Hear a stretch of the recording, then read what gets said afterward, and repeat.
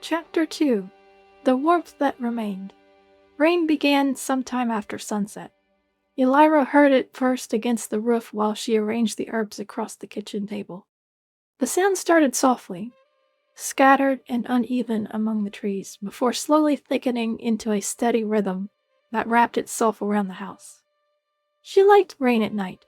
The forest always sounded further away during storms, as though the world outside retreated behind curtains of water and only left a small space around the fire untouched. Elira untied the bundles Mira had given her and separated the herbs carefully. Mountain sage to the left, river leaf beside the cutting board, dried root stems near the kettle. The motions were familiar enough that she barely needed to think about them. Her mother used to hum while cooking. Elira remembered that more clearly than the actual songs. Just fragments of melody drifting through warm rooms while rain touched the windows. The memory lingered quietly as she filled the pot with warm water from the storage barrel beside the wall.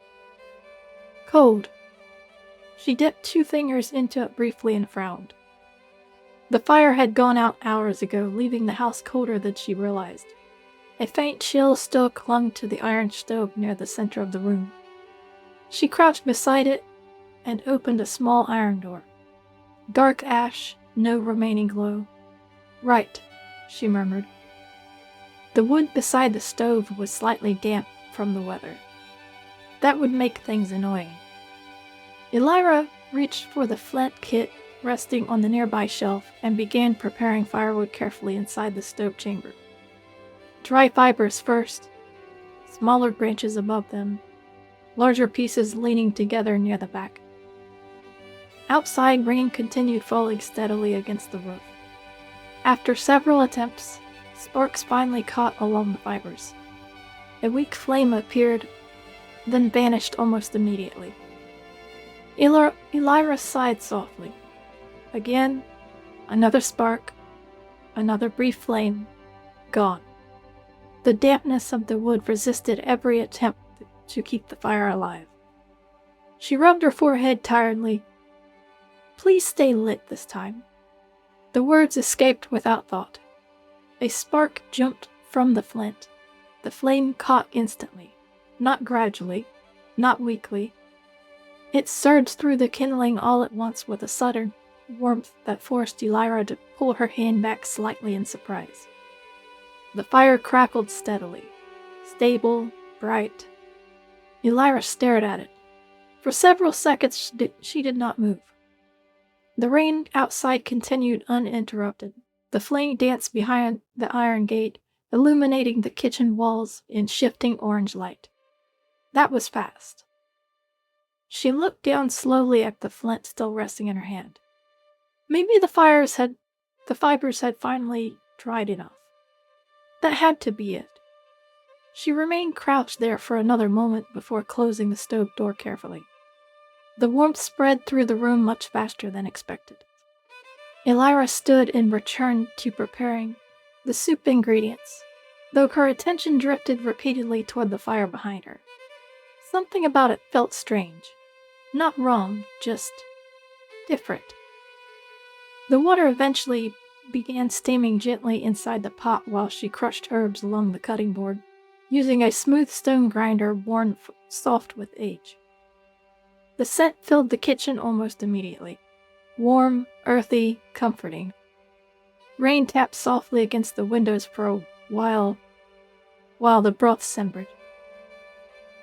For a while, the sounds inside the house were bubbling water, shifting firewood, quiet knife movements against wood. Elira relaxed gradually. This was the part she enjoyed the most. Not eating, cooking.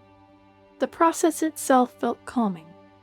Small actions become larger things. Ingredients become meals. Heat becoming comfort. Transformation always fascinated her. She lowered the sliced roots into the broth carefully and watched the steam rise upward through the lantern light. Why did heat always rise? She understood that it did. Everyone understood that. But why? What made warmth move differently than water or stone? Elira rested one arm against the counter while staring quietly into the steam. The movement almost resembled flowing fabric, or river currents. No, more like... A sharp hiss interrupted her thoughts. The broth had begun boiling harder than expected. Elira blinked. That's strange. The fire should not have become that hot so quickly. She moved toward the stove and opened the iron door slightly. The flames inside burned brighter than before. Much brighter. Too bright. The heat pressed immediately against her face. Elira stepped back instinctively. For a brief moment, she thought she saw something unusual within the center of the fire. Not a shape, more like movement, as though the flames leaned toward her slightly before settling again. Her expression tightened. The room suddenly felt too warm. She closed the stove quickly. Silence returned except for the rain. Elira stood for several seconds, then slowly touched the side of her neck. Warm, very warm. A faint dizziness lingered behind her eyes. Maybe I forgot to eat earlier. That explanation sounded reasonable enough. Probably. She returned to the pot and lowered the heat by adjusting the stove bit near the bottom. The flames calmed almost immediately. Still, something about tonight felt unusual. She glanced toward the fire again. The room remained quiet. Eventually, the soup finished cooking. Elira carried the bowl toward the small table beside the window and sat down carefully, while rainwater slid thin lines across the glass outside. Steam drifted upward between her face and the lantern light. For a while, she simply sat there listening to the storm. The soup tasted almost exactly the way she remembered. Maybe a little saltier, but close enough. The realization made something ache softly inside her chest. She lowered the spoon. The house felt emptier on nights like this. Not lonely, just large. As though old conversations still lingered faintly in the wooden walls after everyone else disappeared. Elira looked toward the rain-covered window.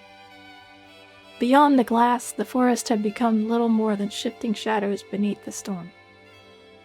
Lightning flashed faintly somewhere far away behind the mountains several seconds before distant thunder followed. She watched the window thoughtfully. Lightning was strange. Fire moved upward, water moved downward. But lightning moved almost like roots spreading across the sky. Why? What caused light itself to split apart like that? Why did storms always feel alive right before lightning appeared? Another flash illuminated the forest briefly. Elira narrowed her eyes slightly for the smallest moment. The branches outside seemed brighter than they should have been. Not from the lightning, from something else. A faint shimmer moved through the rainwater, running along the trees before vanishing instantly. She sat upright slightly. The storm quieted again. Only rain remained. Elira stared into the darkness outside for several more seconds before eventually lowering her gaze back toward the table. I'm tired. That had to be it. Too many thoughts, not enough sleep. She finished the last of the soup slowly before cleaning the bowl and placing the remaining broth near the stove to stay warm overnight. The fire still burned steadily, stronger than it should have. Before extinguishing the lantern, Elira paused near the stove once more. She opened the iron door carefully. The flames flickered softly inside. Warm light reflected in her eyes. For reasons she could not explain, she held one hand slightly closer toward the fire. The heat pressed gently against her hand. Alive, moving, restless. Something deep in her chest shifted faintly. Not pain. Recognition. The sensation vanished almost immediately. Elira pulled her hand back slowly. Then she closed the stove door and extinguished the lantern. Outside, rain continued falling through the forest after the house had become dark. And beneath the sound of the storm, the warmth inside the stove remained longer than it should have.